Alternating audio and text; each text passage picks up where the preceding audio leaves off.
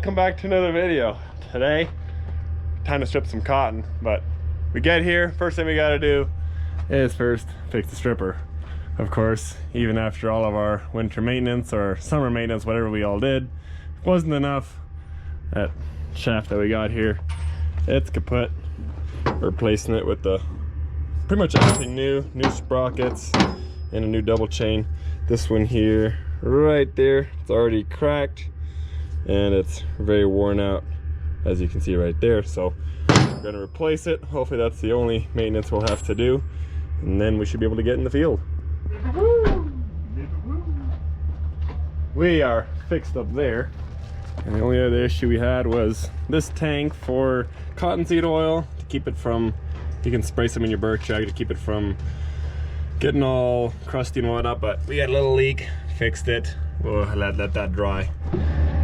That tank is supposed to go here. It was broken, but we'll fix that another day. Put a little bit of JB Weld on it, so that's gonna need some time to dry. For now, we shouldn't need it right now, but I'm gonna take this cottonseed oil, put it off of here. I don't need it on the stripper here, rolling around, potentially spilling or anything like that. We'll worry about putting that tank back on here tomorrow.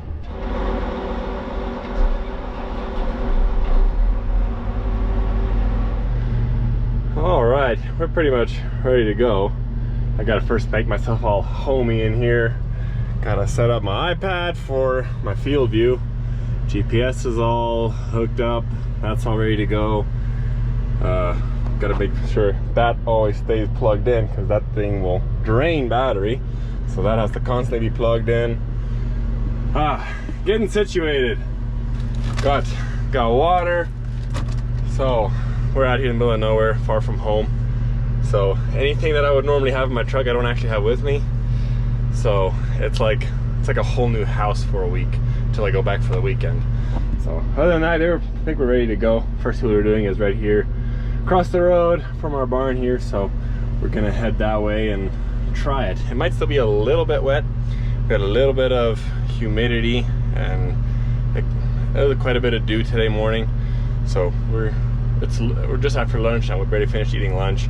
We're gonna head that way. It should be dry enough. It's been a little breezy. It's no clouds, sunshine. So we'll head that way and test it out, see what it looks like. All right, I think we are ready to go.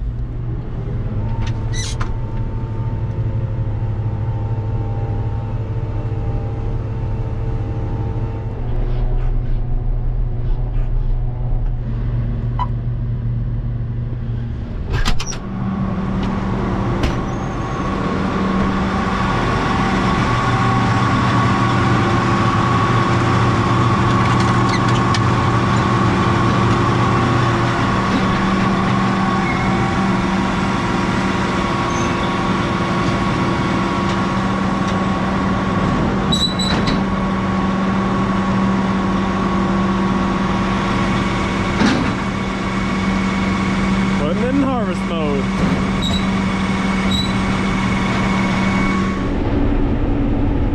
Oh, we're rolling. Doing the straight rows first, and then we'll actually not move on to the circle rows. We're actually going to move on to a test plot, which is right here, marked off with a couple of flags. So once we do the end rows, we'll move on to that. We're actually moving along quite slow. I gotta keep an eye on this. I'm not used to this again. I forget how slow I have to go. This number preferably is not supposed to go below 670. Once it goes too low, then I might be clogging my birch tractor, and I don't want to do that. And we barely started, and he's already got issues. Well, of course.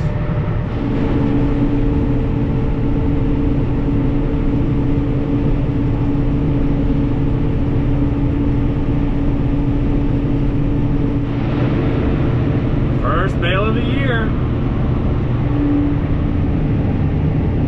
and I see wrap, so we are good to go. All right, we did a couple of the end rows. Now let's move on to that test plot. The other stripper, it looks like it was just one of those, it's just one bolt went missing. That helps the sensor read how fast your birch tractor is going. So he went to the barn, got himself a new bolt, He's gonna end up finishing the last couple of end rows so that we can move the pivot out of the way. And then we could move the pivot out the way and start doing the regular rows. First 8 rows got kind of unlucky on that first seat plot. Got that valley track right there, so the first 2 rows working quite good, but this second seat plot looks looking a whole lot better than the first one. But if we didn't count those first 2 rows, I bet you that first seat variety will probably be just as good as this one, but so far looking pretty good. Rolling along about 1.5 miles. I can't wait for my burr extractor belts to kind of, or the brushes to kind of wear in so I can finally go faster. But any slower, I'm worried about clogging it, and I don't really want to do that. I do not want to be that guy that clogs his burr extractor on the first day of harvesting cotton. All right, done with the test plot. Did pretty good. We only did 5 varieties. Basically what I did, I just drove until I made a full bale. Once I had a full bale, I just reset my foot counter right here so we could tell exactly how many feet I drove. And then once I got a full bale, I ejected it, it showed me my weight. So then we had the weight, the distance I traveled, and then he was going to pull a couple of samples just from the bales that I made. He was gonna just by hand take some, put them in a bag, take it back to the lab. They were gonna do some tests, see the length, the length, and a couple of other things, seed. You know, they have the whole list of things that they check, things that they test. They're gonna test all that maybe in like a couple of weeks, maybe a month. Then we'll get the full results back. We'll be able to see exactly what variety did the best out here, what works and what doesn't work. So now that I'm done with it, I just kind of, you know, I drove till I made a bale, backed up, did the next one, because I wanted an empty basket. I didn't want to just harvest on the way back. So now I got to kind of clean up what I kind of originally started. There's a couple of passes there, skipped one here, just due to 4 rows, these 4 rows being a variety from that one, and these 4 rows being a variety from that one. So I just skipped 8 rows just that way I can still get it here later. And I guess while I'm at it here, I guess I'm starting from the inside of the field, working my way to the outside. And I'm getting another bale, and it's wrapping. Usually do about a 94-inch bale is usually what it'll make, or at least that's its target. That's what the machine kind of goes for. And that is my last wrap. I am at a wrap. Eject it. Bale's gonna come out the back. Once I drop that bale, I have to put in a new load of wrap.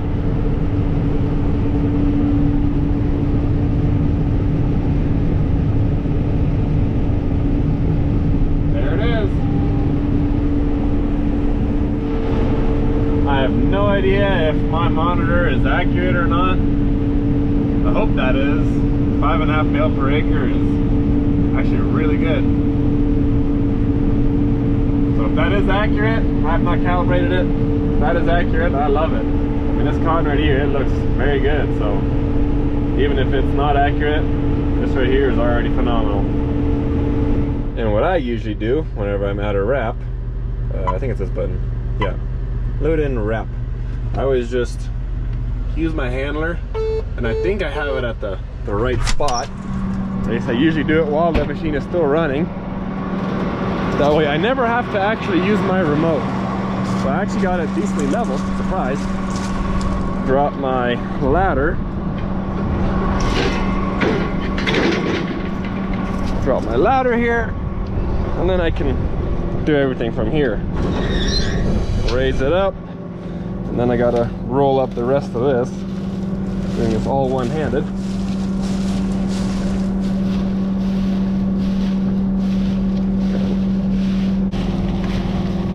Take that roll and I just toss it back there, the holding compartment right here, and then I drop down another one. Can store up to 4 rolls up there, 1 roll down here. You can go quite a long ways before having to load in new rolls. And these rolls are still left over from like last year. Hence why there's black tape on here. And then once I got a new roll in there, I got the wrap right where it's supposed to be. I just then with this little lever right here, I just put it down to where that pin meets that dot, and just like that, we're done. Easy as that. Never once have to use the remote. Make sure I gotta put my ladder up, or else it won't let me go back to harvest mode.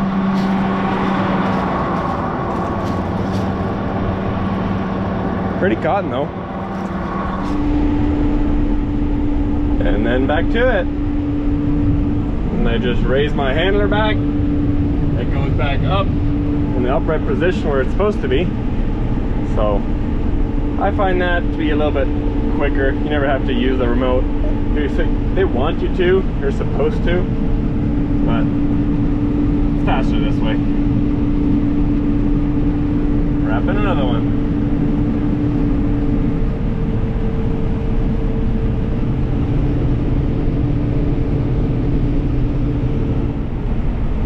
Ah, the beloved pivot track.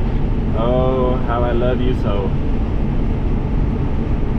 And it doesn't help that my row guidance row is number 4, and even if I would drive the other way, it would be here, and that row almost has no cotton on it, so it wouldn't help me either way.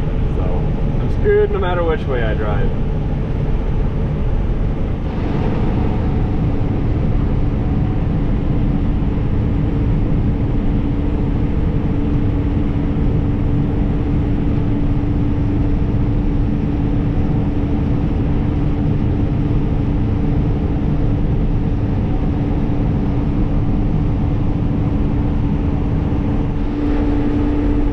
Done with the inside rows. Now finally getting to the outside.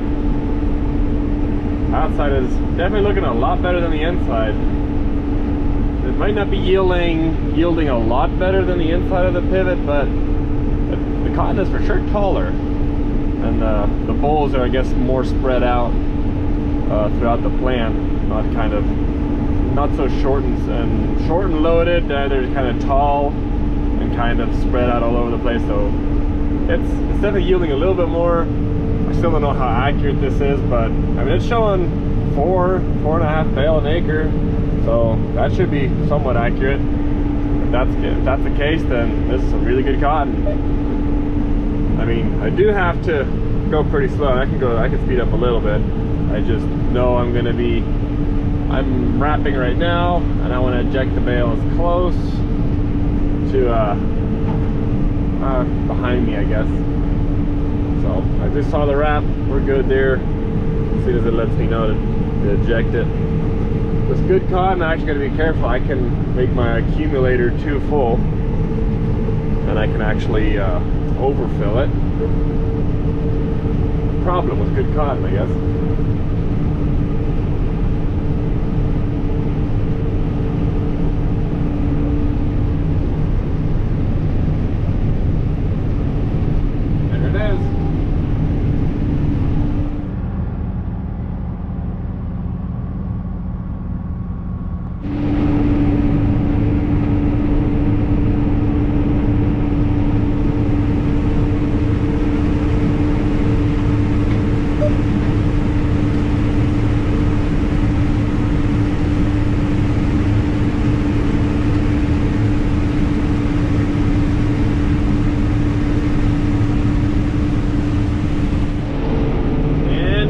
Time to fill and wrap again. Got one more.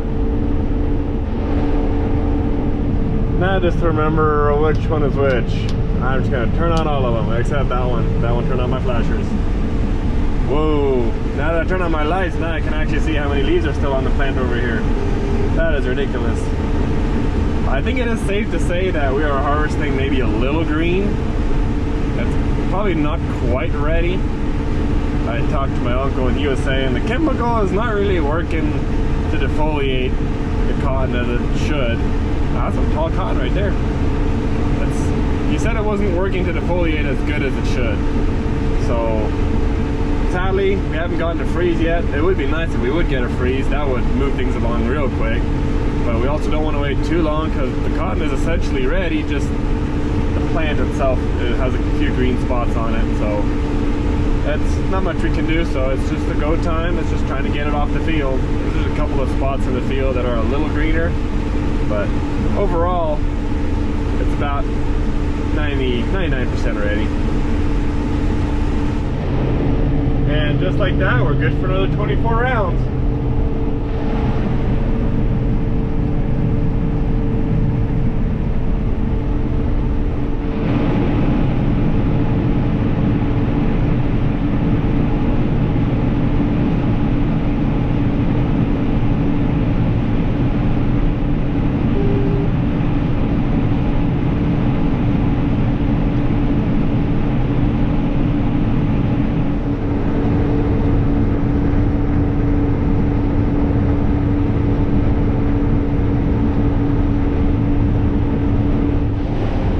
This field is just crazy to me. One spot you have tiny short cotton. I mean, it's loaded. It's still giving like 3 bale to the acre, which is actually really good.